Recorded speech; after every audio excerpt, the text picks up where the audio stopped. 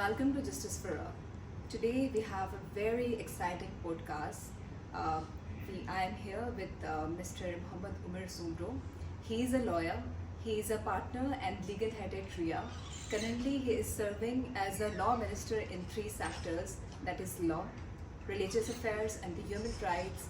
And also, he served as a two consecutive terms as Honorary Secretary in Sindh High Court Bar Association. So, sir, welcome.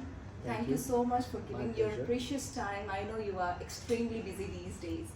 So, sir, today we will talk about your journey being as a lawyer and as a politician, right? So, first question from you is that, what was your motivation to do law? And at your early stage, what sort of challenges you faced being as a lawyer?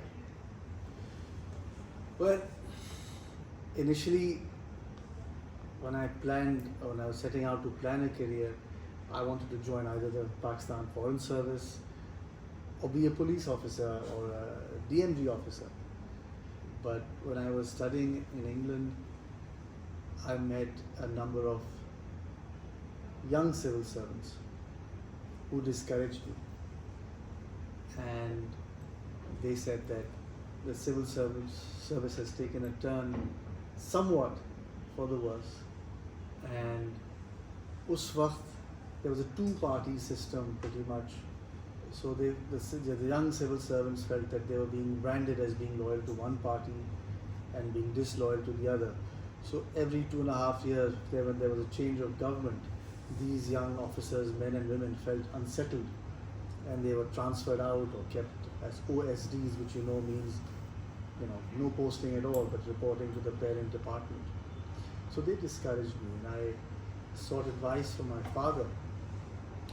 And he advised me that, many young lawyers many senior lawyers have either retired or migrated or passed away, and there's a vacuum in Pakistan of good lawyers. So that's what encouraged me to then, after graduating with an economics degree, specialization in international relations, I then converted to law and then came back to Pakistan. I started my career with a firm called Kabraji and Talibuddin, and they were predominantly civil corporate lawyers. They had a very young litigation wing which was maturing as I had joined, and I learned a lot from them. After that, I went to another senior prominent lawyer, Makhtub Ali Khan Sahab, and I worked with him for a bit. Then I worked for the eminent and great Mr. Khalid Anwar, and I learned a lot from him. And I worked with him for 3 years. I think ultimately this profession is a calling, and each one of you in the profession will have to decide when your calling comes. And after 8 years of working with various practitioners, I decided it was time to go on my own. And I started practicing on my own.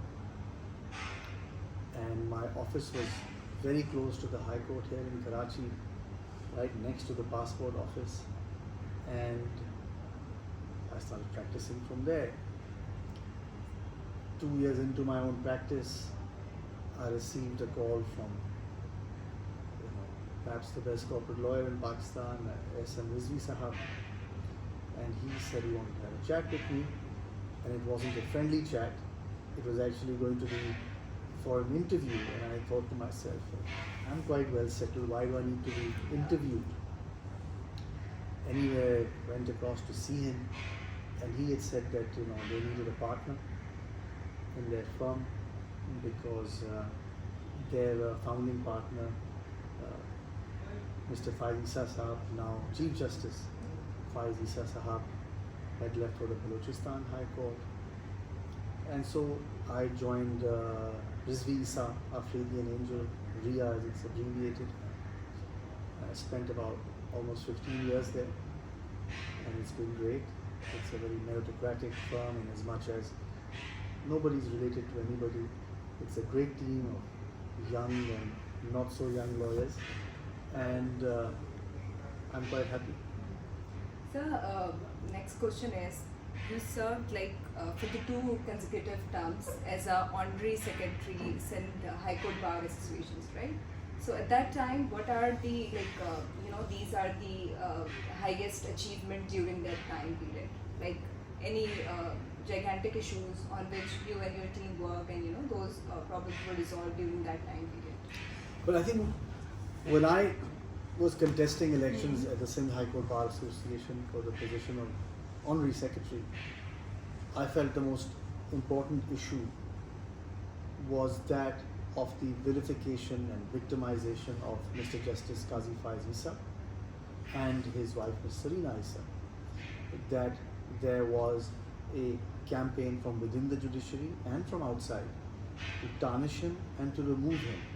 And I remember the night that I was elected, and as one is customarily asked to speak, a victory speech if you like, I remember I told the cheering crowd that my election is a referendum for Mr. Justice Qazi Faiz Issa, and that the Sindh High Court Bar Association has always been at the vanguard, at the forefront of challenging constitutional issues and legal issues, and this was one such moment where we were at a turning point when the other bars across Pakistan, other than the Balochistan bar, was somewhat silent. And so when I took over as an honorary secretary, if you look at a compilation of resolutions that we passed, we were like hawks watching what was happening in the Supreme Court. And we were very conscious that not only was Mr. Justice Issa being victimized, the court was being packed, in that the vacancies that were arising in the Supreme Court were being managed in a manner that, in the event that benches would be set up to adjudicate upon the issue of Mr. Justice Qazi Faiz Issa and Ms. Sarina Issa, the bench would be more likely than not pit against him. These are very serious comments to make, but that's what it appeared to us at the time, and not without reason, because we could see that out of turn promotions were being managed consciously from within the judiciary and from without. And this was very worrisome. Worrisome on two counts. One, the court was being packed, which is not good. But secondly, and closer to home, the morale of the Sindh High Court judges was being broken because seniority was being ignored. It's not that the Sindh High Court Bar or even I myself believe that seniority is the best way forward, but rules had to be devised by the previous Chief Justices. Rules for promoting and appointing judges to the Superior Court, in this case, the Supreme Court. And consciously, they were not being framed, these rules. Instead, what was being done is judge at number 4 in Lahore, judge at number 26 was being taken and asked to take oath as a judge of the Supreme Court. And while we raised no aspersions against the judges themselves, we had a real issue with this. And I think it was an important time to be a secretary, because that is a role that one has to, like you're holding a baton in a relay race, and you have to make sure that you lead the charge. And I had in Salahuddin Ahmed a good president, and then subsequently in Shahab Sarki a good president, who were not just supportive, who also led from the front. So if and in the event there were any murmurs from within the committee, we were able to reason with them and plod on. So I think now that we see Mr. Justice Qazi Faiz Issa take oath, we feel we have a stake in saving the system. So I'd be happy to share with you a compendium of our resolutions of those 2 years, and you will see a constant theme of trying to fight for the independence of the judiciary from any attacks from within and without. Having said that, we were unsuccessful in some measure.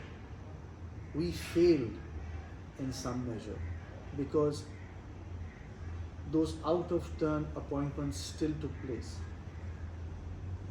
We were successful in other ways, in that we created a movement and we were able to apprise people, especially detractors, because the party in government at the time, through its president, who's also the president now, filed a frivolous reference against a senior puisne judge at that time, Faiz Isa Sahab, who was at number 2. And in fact, even number 3 in the earlier part. So we tried to reason with the then Chief Justice Gulzar Sahab, tried to reason with the then Chief Justice Bandyal Sahab, but for whatever reasons they had, they were unable to or unwilling to accept our point of view. But today when we see that Justice Isa has been sworn in, and after such a tumultuous time, I think there are lessons to be learned for the bar, no matter how small it is, whether it's a small district bar or a taluka or tehsil bar, that if lawyers understand and appreciate the importance of them as a collective and reason, rather than just calling for strikes and shutting down courts, but bring a platform, use their own bar as a platform to bring a particular point of view, you can make great strides. Yes, you may fail, and you make some strides, and you may fail again, but you have to have the ability to rebound, and that resilience has to be shown by the bar. And I think, if aside from all the other things we achieved in those 2 years, like imparting courses and improving the parking scope of car parks and getting a plot worth 2 billion rupees for our High Court car parks, etc., getting insurance for our lawyers, I think what we really did was support some of the judges now retired, like Mr. Justice Maqbool Bakar, Mansoor Ali Shah Sahab, and the others, who we felt were trying to save the system, but not an individual in the person of Justice Faiz Isa, but to say that, listen, we need to have a criteria. Yes, you may elevate someone out of turn, but you may only do so after identifying a criteria. And I think the petition that we filed, myself and Salahuddin at the time on behalf of the Sindh High Court Bar Association, asked for a number of things which are now being addressed by the Supreme Court. But at that time, the registrar of the Supreme Court threw our petition out. He didn't even let it be fixed in court.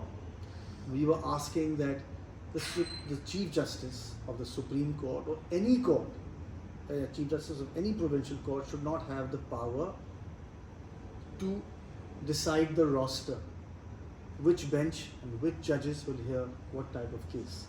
We took relief in the fact that Mr. Justice Mansoor Ali Shah, who was the Chief Justice of the Lahore High Court, had devised a simple but an ingenious system of an algorithm, a computer deciding who is going to, what type of roster there will be, what bench will hear what type of case. That made things impartial, and justice was seen to be done. So I felt that the same had to be done and the Supreme Court should take lead, and we filed a petition. We asked for a number of things. We hope that those will now be addressed. And I think the bars should be conscious. They should not hear voices that tell them that this is not the role of the bar. You should only confine yourselves to better practices and ethics for lawyers. Not at all. I think you are a barometer. The courts are a barometer of your society, and therefore the bars must take that, with a clarion call, take that voice ahead and tell society that these are the ills we are facing and this is how we must prevent them. You're absolutely right, sir. I think everyone should, understand their individual responsibility in their capacity. next question is like independence of judiciary is a huge issue in Pakistan, especially if we can see from the last few years. So it's always remained a very burning topic. So how we can improve this independence of judiciary? So what are the ways, or according to your opinion, how we can make it more good? I think the judiciary needs to do some introspection, look inwards on its own, and I think the bars can help. The bars have raised voices. I think one of the things that we would ask the superior judiciary to do, which is the High Courts and the Supreme Court, is to devise a more transparent mechanism for appointment of judges to the superior courts. In the district courts, ironically, we find that there is great oversight. District court judges, the senior most, are assessed on their punctuality, on the quality of their judgments, or whether their judgments are upheld, on their ethics, on their relationship with the bar, so on and so forth. But why can't the same criteria be devised for High Court judges? We need to have a balance, because we have some very fine judges in the district courts and they don't manage to get up to this High Court, and that must be very demoralizing. Yeah, absolutely right. So currently, you are serving as a law minister, especially you have dealing with the three main sectors: law, fundamental rights, and human rights, and religious affairs. So in a very short manner, what are your short-term goals during your tenure? Well, I know it is very sophisticated question, but just no, to I think it's a good question. yeah. We're here for, I am told by the Election Commission's own pronouncement earlier this afternoon, till the end of January. So one of the first things that I took up with Mr. Justice Mahbub Bakar, who's our Chief Minister, is that I'd like that the High Court proceedings in the province of Sindh ought to be live streamed. They are in other parts of the world, they are in Hindustan, and we should do the same. In fact, in India, they are telecast or broadcast live stream through YouTube. So we're trying to devise a system where we can do that. We'll start with the High Court. Perhaps we'll start with a few courts in the High Court and then let it percolate downstream to the district courts. I think that's one of the primary goals. The other goal, insofar as the law ministry is concerned, in the short span of time that we have, is to assist our bars and equip them with certain funds that will enable them to acquire much needed books, subscriptions, laptops, printers, such basic things that, especially in the hinterland, in the interior of the province, are lacking. As I said earlier, in the earlier part of this interview, as a human rights minister, we're devising a stipend for those graduates who, during the course of their pupillage, will receive a certain amount of money and be educated on human rights law, and a course will be imparted, and they shall also have site visits. In addition to that, we will be giving a grant, hopefully through the bars. We're still trying to devise a transparent system of a sizable amount of money, which previously was going to NGOs. We would like that the lion's share of this should go to the bars, so that advocates can address human rights abuses in society, rather than just such money going to the NGOs that traditionally have been receiving them. About the Religious Affairs Ministry, ironically, it's only intra-faith and only for Muslims. So, for instance, we have the 12th of Rabiul Awwal coming, which is the birth date of our Prophet ﷺ. So, we will be having dialogues and conferences around that. But I think I might stretch out a bit and have some interfaith dialogues as well, to create and foster harmony. Sindh, after all, is a land of Sufis, and it's these men of the cloth who preached by, they practiced Islam by living through it rather than preaching from the pulpit. So I think it's a land that has a great history of poetry and culture in Islam, and interfaith dialogues help in bringing a Sufi element also. Sir, thank you so much for your time. Allah Hafiz. Thank you.